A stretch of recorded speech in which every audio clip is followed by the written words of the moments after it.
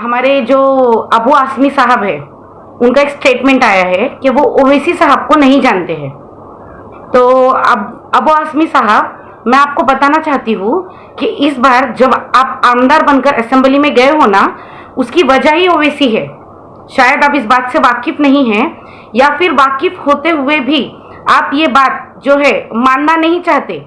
और आपको ओवैसी साहब से तकलीफ जो आपके स्पीच से, आपकी बातों से, हर चीज से जो पता चल रही है ना, तो मैं आपको बताना चाहती हूँ कि आप ओवैसी को नहीं जानते। आपके जानने या ना जानने से, वालेकुम अस्सलाम जी, आपके जानने या ना जानने से कोई फर्क नहीं पड़ने वाला। पता है क्यों तो ओवैसी साहब को भारत का हर एक खुददार इंसान जानता है। जिसके अंदर खुददारी है, वो हर एक इंसान जो है वो ओवैसी साहब को जानता है।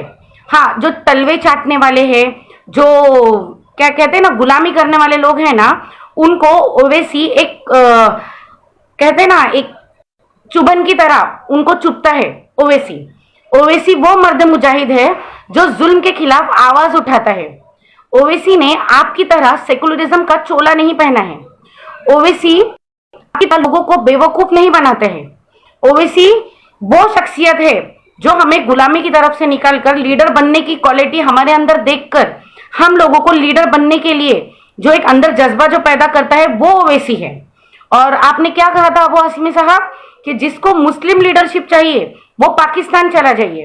तो भाई, आपको बिना वीजा के और बिना इसके मैं ऑफर करती हूँ कि आप यहाँ पर एरोड़ा जो है, हमारे पूना में एरोड़ा में एक बहुत बड़ा पागल खाना है, जहाँ आपकी बहुत ज्यादा जरूरत है, जहाँ आपको वीजा की जरूरत भी नहीं पड़ेगी, वहां पर आकर आपको इलाज कराने की जरूरत है।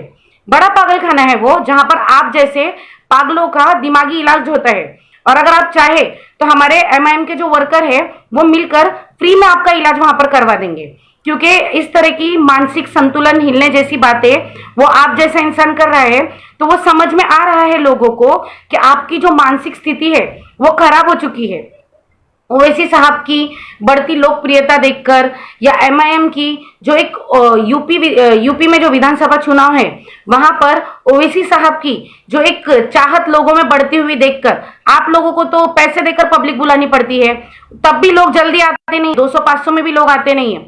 और ओवैसी साहब के लिए लोग दिल से, बिना पैसे के, बिना किसी मकसद के लोग वहां पर आते हैं और ओवैसी साहब की सभा सुनने के लिए बेचैन रहते हैं, क्योंकि वो आपकी तरह पचकाने और बेहुदा स्टेटमेंट नहीं देते हैं कि मुस्लिम लीडरशिप चाहिए तो पाकिस्तान चले जाइए।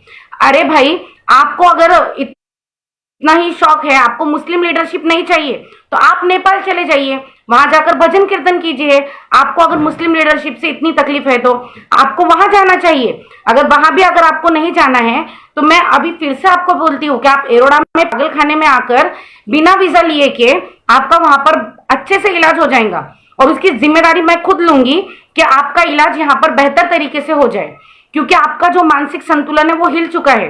क्योंकि आपको पता है कि आपके जो साइकिल के जो टायर है वो पूरी तरीके से पंक्चर हो चुके हैं और हवा में आप पतंग उड़ने वाली है। तो वो एक जो दहशत आपके अंदर है, जो आपके अंदर की जो एक डर है, वो डर आपका बाहर निकल कर आ रहा है। इंशाल्लाह जो चुनाव में जो नतीजे आएंगे वो तो अलग बात है, वो आना नहीं आना वो सब अलग विषय हो गया। पर जो इस तरीके की आप हरकत कर रहे हो ना, तो आप जो ये समाजवादी को डुबाने का काम मुझे लगता है वो आप ही करने वाले हो, क्योंकि इस तरीके के स्टेटमेंट देकर आप बता रहे हो कि समाजवादी ने जिस तरीके से आजम खान साहब को खत्म कर दिया, क्योंकि आप लोगों को मुस्लिम लीडरशिप नहीं चाहिए। ये चीज आपके जो बात करने की जो ये था, आपका स्टेटमेंट था, उस पर से आपने बता दिया हो कि आपको मुस्लिम लीडरशिप नहीं चाहिए। तो अबू आसमी साहब, आपको नेपाल जाना चाहिए, वहां जाकर आपको भजन कीर्तन करना चाहिए, आपको यहाँ असेंबली में आकर हमारी आवाज नहीं उठानी चाहिए। हम ओवैसी साहब को अपना लीडर मानते हैं, और जितने भी लीडर वो देंगे, हम जरूरी नहीं है कि वो लीडरशिप सिर्फ मुस्लिम हो, पर जो वो लीडरशिप जो मजलूमों को जो इंसाफ दिलाने का काम ओवैसी साहब करते हैं।